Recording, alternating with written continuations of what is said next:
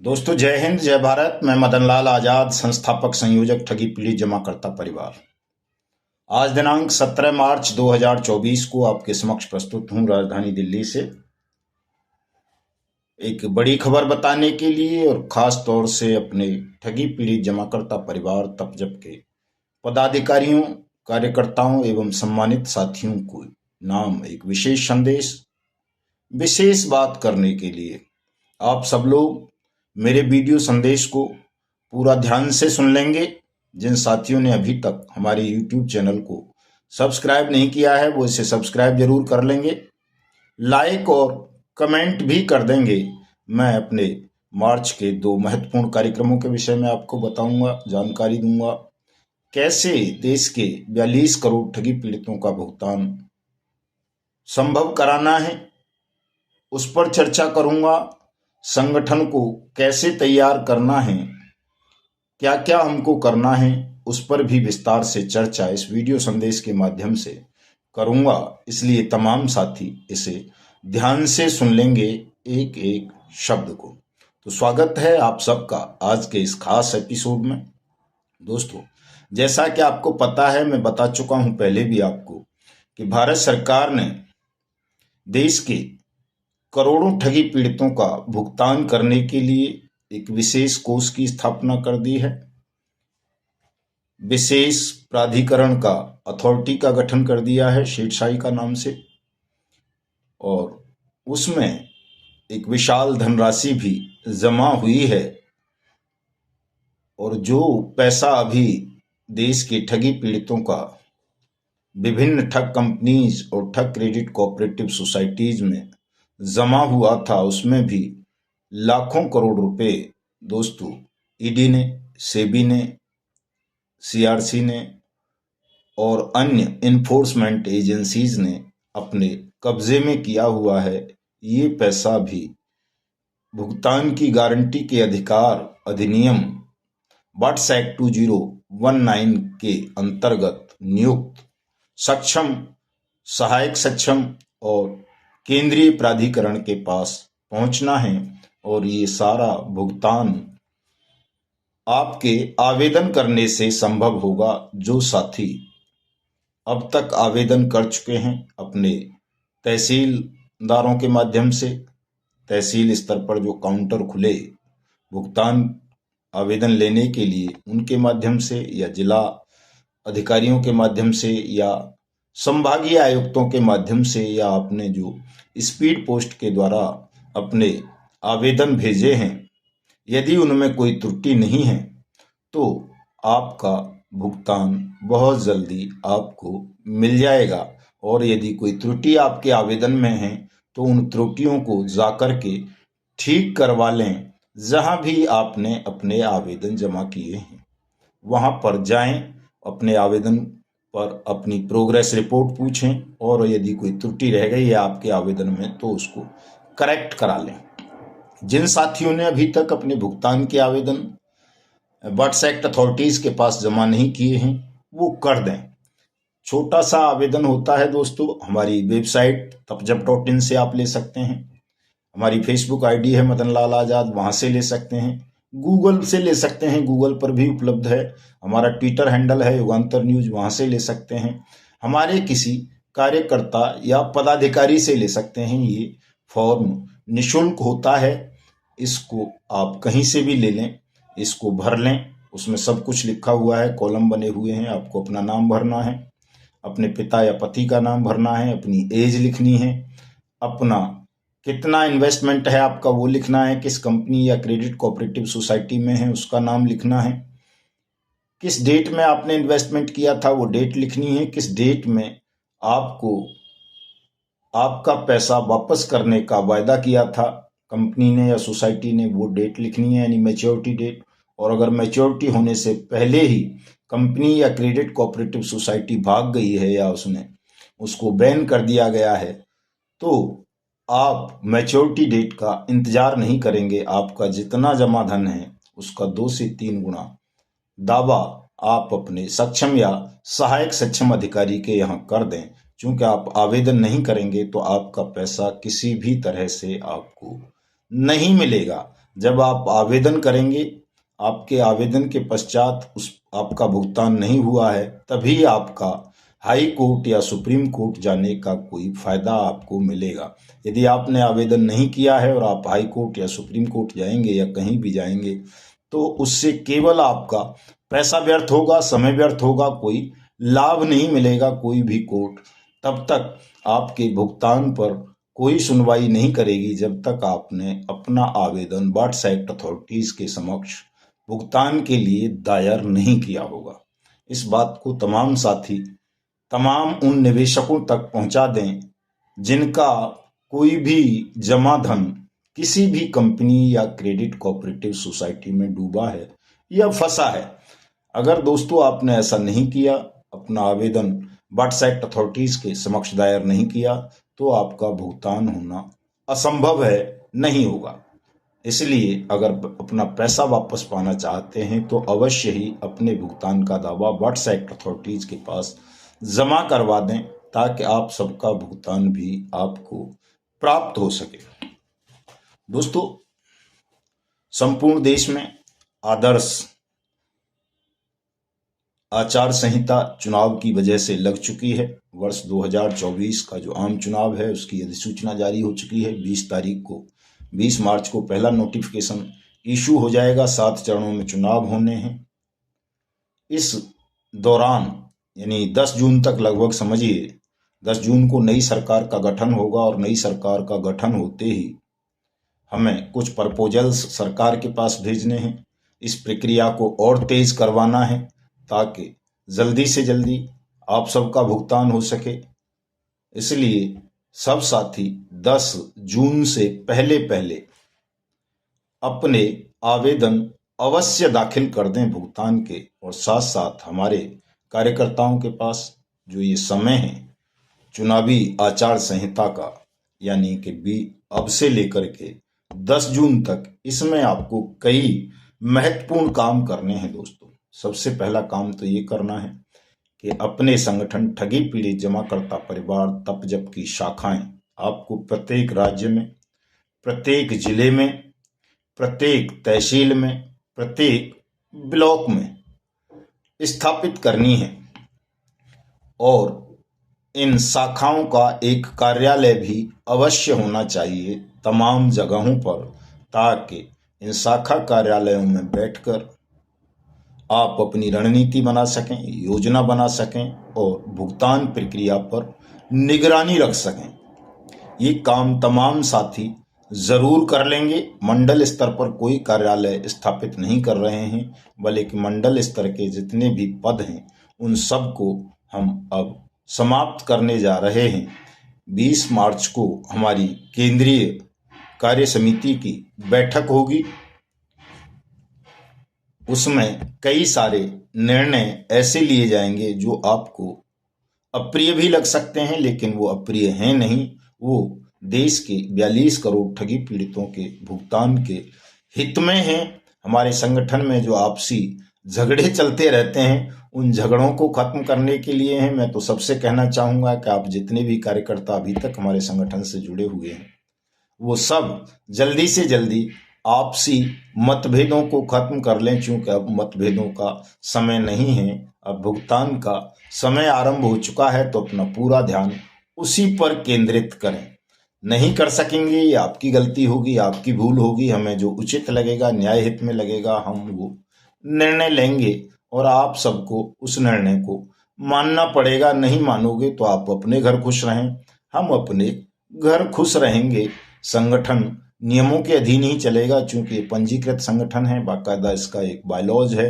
उस बायलॉज के हिसाब से ही मुझको, आपको, सबको चलना है दोस्तों। चूंकि आपके ऊपर अब देश भर की निगाहें टिकी हुई हैं, तमाम एजेंसीज की निगाहें टिकी हुई हैं। इतना विशाल परिवार आपने ठगी पीड़ितों का बना लिया है, इतना बड़ा संगठन बना लिया है कि उस पर तमाम लोग नजरें गड़ाए हुए हैं कि ये संगठन अब निकट भविष्य में क्या करेगा। तो जैसा कि आपको सबको पता है कि हमारा पहला काम संगठन का देश के तमाम ठगी पीड़ितों का भुगतान सुनिश्चित करवाना है, उनका भुगतान करवाना है। दूसरा काम अपने पावन पवित्र भारतवर्ष को ठग मुक्त, बेईमान रहित राष्ट्र राज्य के रूप में स्थापित करना है। और तीसरा काम, जैसा कि हमारी सरकार का, इसका भी और आने वाली का भी और पिछली सरकारों का भी, तमाम का ये लक्ष्य रहा है कि हमारा देश एक विशाल जनसंख्या वाला देश है। हमारे पास दुनिया के तमाम प्राकृतिक संसाधन मौजूद हैं। हमारे पास ऐसी ऐसी व्यवस्थाएं मौजूद हैं जो संसार के बहुत सारे देशों के पास नहीं हैं। उसके पश्चात भी हम विकसित राष्ट्रों की श्रेणी में नहीं हैं। तो जो विकसित राष्ट्र बनाने का सपना है दोस्तों, उस पर भी हम सबको काम करना है। विकसित भारत एम्बेसडर बन करके उसके लिए भी काम करेंगे, लेकिन उसकी जो बुनियाद है, पहले हम देश को ठगमुक्त बेईमान रहित राष्ट्र राज्य के रूप में स्थापित करें, तभी विकसित राष्ट्र बन सकते हैं। क्योंकि यदि हम ठगमुक्त बेईमान रहित राष्ट्र राज्य का निर्माण नहीं कर सके, देश के करोड़ों ठगी पीड़ितों का भुगतान नहीं कर सके, तो विकसित राष्ट्र का सपना अधूरा रह जाएगा। इसलिए आप सबको इन 3 लक्ष्यों पर अपना ध्यान केंद्रित करना है। पहला लक्ष्य सबका भुगतान, दूसरा लक्ष्य प्रत्येक ठग को दंड, ठगमुक्त बेईमान रहित राष्ट्र राज्य की स्थापना, और तीसरा लक्ष्य हिंदुस्तान को विकसित राष्ट्र के रूप में विश्व पटल पर स्थापित करना, विश्व की सबसे बड़ी अर्थव्यवस्था बनाते हुए। तो इन तीनों उद्देश्यों को लेकर हमको, आपको, सबको मिलकर काम करना है। किसी व्यक्तिगत स्वार्थ के अधीन हम काम करेंगे अपने निहित स्वार्थों की पूर्ति के लिए, तो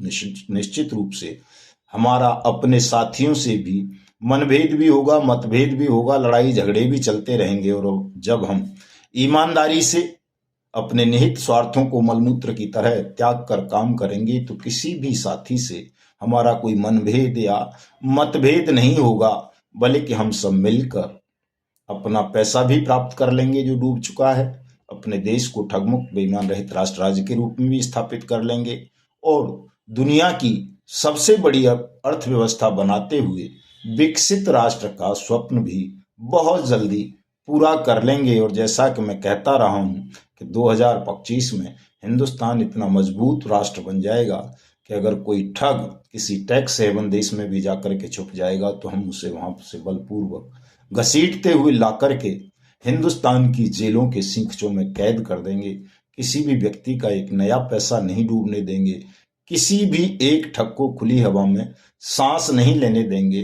दोस्तों, ये सब अब होने जा रहा है। इसलिए तमाम साथी जहां पर मौजूद हैं हमारे ठगी पीड़ित जमाकर्ता परिवार के, वो अपने अपने क्षेत्रों में राज्य स्तर पर, जिला स्तर पर, तहसील स्तर पर, ब्लॉक स्तर पर कार्यालयों की, शाखा कार्यालयों की स्थापना करेंगे। और इन कार्यालयों को संचालित करने के लिए, भुगतान पर निगरानी रखने के लिए हमारी एक टीम होगी, जिसे हम कार्यकारिणी भी कहेंगे। वो राज्य की कार्यकारिणी अलग होगी, जिले की अलग होगी, तहसील की अलग होगी, ब्लॉक की अलग होगी, केंद्रीय कार्यकारिणी तो है ही, उसमें भी कुछ फेरबदल करना है, नए साथियों को स्थान देना है, कुछ पुराने साथियों को जो काम नहीं कर पा रहे उनको मुक्ति प्रदान करनी है। तो ये हमारी जो कार्यकारिणी होंगी, चाहे वो राज्य स्तर की हो, जिला स्तर की हो, तहसील स्तर की हो, ब्लॉक स्तर की हो साथियों, उसमें आपको न्यूनतम 10-10 साथियों को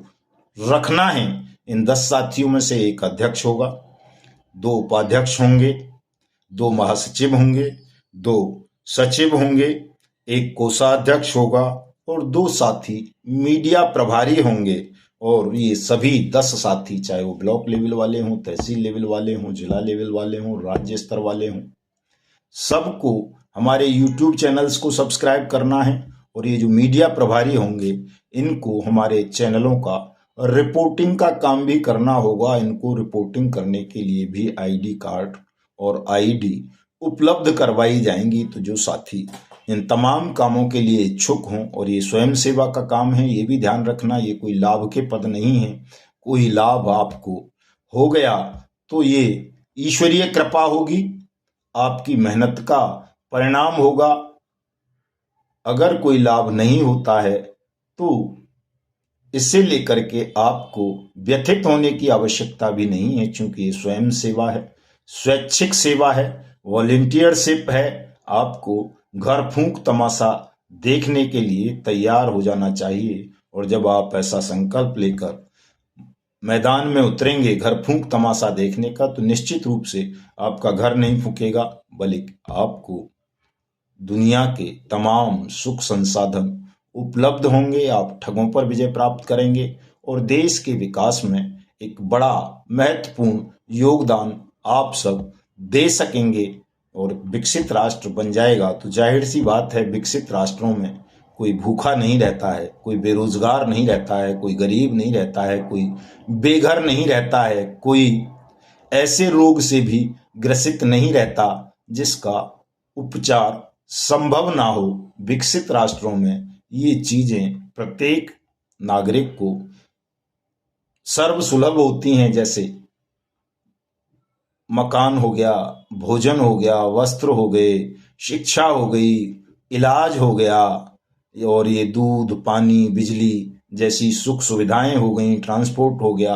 ये तमाम चीजें विकसित राष्ट्रों में प्रत्येक व्यक्ति को बड़ी सरलता से उपलब्ध होती हैं, आपको भी हो जाएंगी। लेकिन इन सब के लिए हम सबको मिलकर के काम करना होगा, राष्ट्रभक्ति की भावना से काम करना होगा, शासन के सहयोग से काम करना होगा दोस्तों।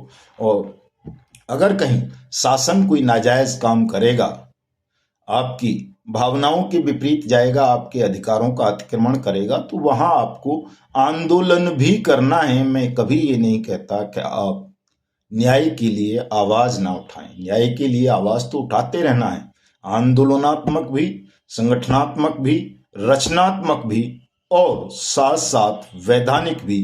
आपको अपना कर्म करते रहना है दोस्तों, क्योंकि अगर हम आंदोलनरत नहीं रहेंगे तो निष्क्रिय हो जाएंगे, जाहिर सी बात है। इसलिए आंदोलनात्मक भी रखना है हमको, लेकिन वो आंदोलन पूरी तरह से लोकतांत्रिक और अहिंसक होंगे। सत्य, न्याय और कानून के मार्ग पर चल करके हम करेंगे, ये काम करते रहेंगे, क्योंकि आंदोलन समाज को जागरूक करने के लिए भी आवश्यक है, राष्ट्र को जागरूक करने के लिए भी आवश्यक है। अभी हम अगर आंदोलनों को समाप्त कर देंगे तो राष्ट्र सुसुप्तावस्था में चला जाएगा। हमारे साथी पहले से ही बहुत ज्यादा उदासीन हैं, या कहें कि वो सत्य और असत्य में भेद करना ही भूल गए। तो ये जन जागरण अभियान भी आपका जारी रहना चाहिए, इसको रोकना नहीं है।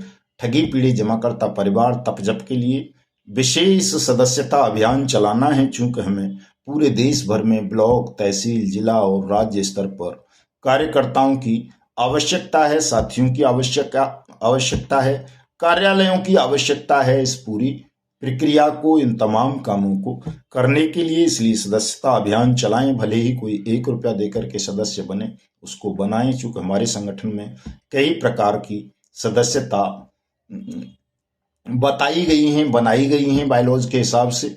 साधारण सदस्य 100 रुपये देकर के बना जा सकता है, सक्रिय सदस्य 500 रुपये देकर के बना जा सकता है, आजीवन सदस्य 2100 रुपये देकर के बना जा सकता है। और ये जो सदस्यता शुल्क आप लेंगे उसका पूरा हिसाब किताब रखेंगे और प्रत्येक व्यक्ति को ये बता देंगे कि ये सदस्यता शुल्क वापस नहीं होता, ये इसमें वापसी का कोई प्रोविजन नहीं है, उसको कोई प्रलोभन नहीं देंगे, लालच नहीं देंगे। जो साफ साफ हमारे संगठन के काम है वो बता देंगे। कल किसी को ऐसा ना कहना पड़े कि साहब मुझसे 1 रुपया या 2100 रुपये आपके किसी पदाधिकारी ने ले लिए थे और मेरा ये काम नहीं किया। उसका कोई काम व्यक्तिगत आपको नहीं करना है। प्रत्येक साथी को, जो भी हमारे 10-10 पदाधिकारी होंगे, इन सब को हम परिचय पत्र उपलब्ध कराएंगे, स्वयं सेवकों के, एक्टिव मेंबरशिप के। पदाधिकारी हैं तो पदाधिकारी का देंगे, और सबको जो मीडिया प्रभारी हमारे होंगे देश भर में, उनको अपने यूट्यूब चैनल्स की आईडी भी प्रोवाइड कराएंगे दोस्तों। तो बहुत तेजी के साथ 10 जून से पहले पहले आपको ये तमाम काम कर लेने हैं, सदस्यता अभियान चलाना है। और अब चूंकि ज़्यादा समय है आपके पास, अभी तो मार्च चल रहा है, अप्रैल है, मई है, यानी कि 2.5 महीने का समय है लगभग। तो 2.5 महीने में आपको उस लक्ष्य को पूर्ण करना है जो हमने 12 मार्च से पहले दिया था कि हमारे पास 1 लाख मेंबर होने चाहिए, 1000 वॉलेंटियर साथी होने चाहिए न्यूनतम। इस लक्ष्य को तमाम साथी मिलकर जल्दी से जल्दी पूर्ण कर लें, ताकि जून में या जुलाई में आप उस काम को भी कर सकें जिसको करने के लिए आप बहुत बेचैन हैं। तो कीजिए। समझदार के लिए इशारा काफी होता है। जिन राज्यों में अभी भुगतान पटलों की स्थापना नहीं हुई है, खास तौर से राजस्थान, छत्तीसगढ़ और पंजाब, हिमाचल, जम्मू कश्मीर, लद्दाख जैसे कई राज्य हैं, उनमें हम सघन दौरा आरंभ करेंगे। वहां भुगतान पटलों की स्थापना करवाएंगे। अभी 19 मार्च को मैं मुरैना के सबलगढ़ पहुंच रहा हूं, आदरणीय हमारे पंडित अशोक कुमार मुदगल साहब के यहाँ। वहाँ हमारे कई और केंद्रीय पदाधिकारी भी साथ में रहेंगे, वहाँ विस्तार से चर्चा कर लेंगे। 31 मार्च को हम अपने राष्ट्रीय अध्यक्ष आदरणीय सूरजदीन विश्वकर्मा जी के निवास फतेहपुर यूपी में एक बैठक का आयोजन कर रहे हैं। मैं भी उपलब्ध रहूंगा, मैं भी वहाँ पर सम्मिलित रहूंगा उस बैठक में। आप सब साथी भी वहाँ आ सकते हैं दोस्तों। और कुछ साथियों ने 12 मार्च के आयोजन में बिल्कुल निष्क्रिय भूमिका निभाई है। मैं उनको चेतावनी देना चाहता हूं कि आप अपनी आदतों में सुधार कर लें, सक्रिय हो जाएं।